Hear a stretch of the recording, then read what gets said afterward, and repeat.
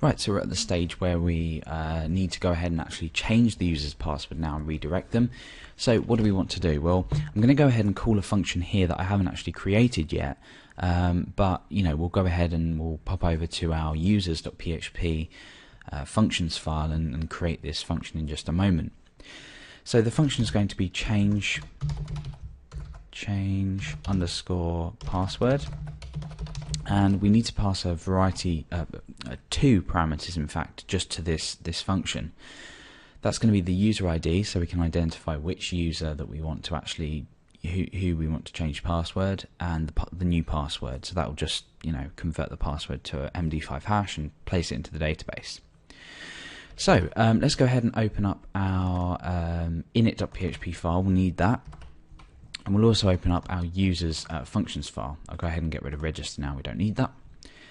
So inside of init we have this session user ID variable that contains the user's ID. So we can go ahead and we can actually pass this to the function. So user session ID, comma.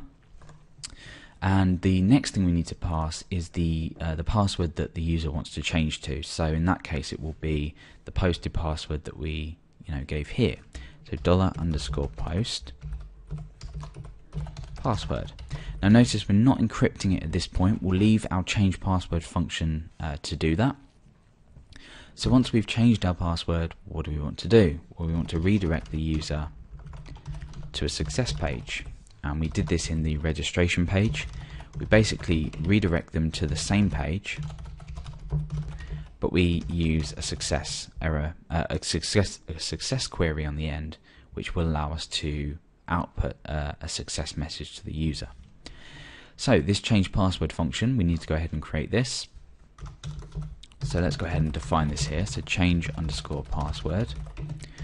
Now remember, this takes a user ID, and then it takes the password that we want to change to.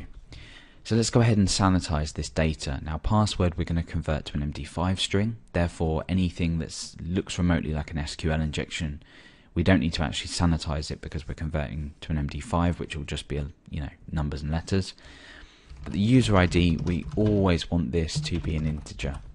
So we're going to say user ID. And I know this isn't direct user input, but it's good practice to sanitize data as you're passing it through. And the password is equal to a result of the MD5 function of that password. So we're resetting the value for that variable. Okay, so now that we've done that, we need to perform a query. Obviously this is going to be relatively straightforward because it's just going to be an update query. So we say MySQL query, and we're going to say update, and we need to choose a table to update. Let's go over to our table here. Table is called users, so we want to update users.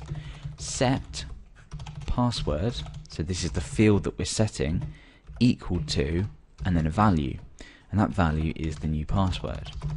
So here what we're doing is we're updating users, we're setting the password field equal to this new password that we're passing through. But obviously doing that will change all of the users' passwords because we're not specifying where we want to change this, and we're going to do that by the user ID. So we're going to say here where user ID is equal to, and then pass in the user ID.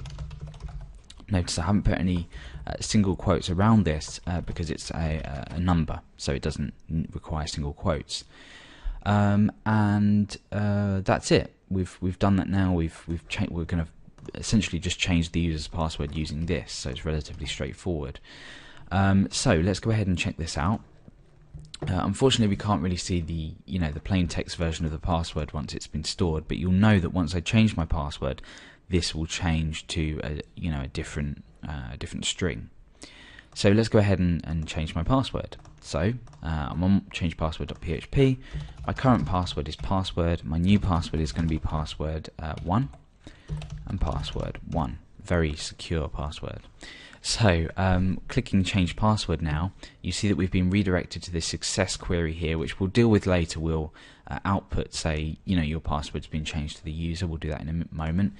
But when I return to my database and click browse, you'll see that my password is the same. That's odd. Let's go ahead and check why that might be. So change password passing through the user session ID, the new password.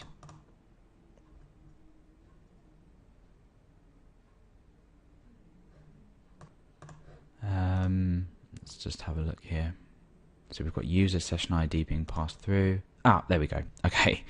So I'm passing through, I need to pass through session underscore user ID. Well done to those of you that spotted that. I'm sure there were lots of people that did. So session underscore user underscore ID. So let's do that again. Very basic mistake. Let's go ahead and change the password. So password 1, and password 1 again. Change password, done. We've got this success query on the end. Let's go over to our database table, browse that, and you can see that it is now changed. So now what do I do? Well, I can go ahead and log out, and I need to log in again. So Alex, password, which is my old password, now does not work. Alex, password 1, log in, and it works. Okay, brilliant. And then I can just go and change my password as many times as I like. So now that we've done that, we need to deal with this success thing at the end. We did that in register.php. And all we did here was we said if, what did we do? Let's go ahead and just check this, because the reason that I want to check this is because it's really good to keep, you know, consistency through here. So yeah, we essentially said if this success variable on the end of the URL has been set, then echo this out. Otherwise, and we go all the way down and we include the form in this as well, because once the user's been successfully registered or they've changed their password, you know, we don't want to show the form again. So if, and here this will be the block that we need to execute if the success message has been passed through, or the success query has been passed through. Else, and we need to go all the way down to the end of our form there. And that's it. So let's just pull that down a bit. So I'm going to just grab all of this. There, indent. Perfect. So if, let's just go ahead and copy this from here.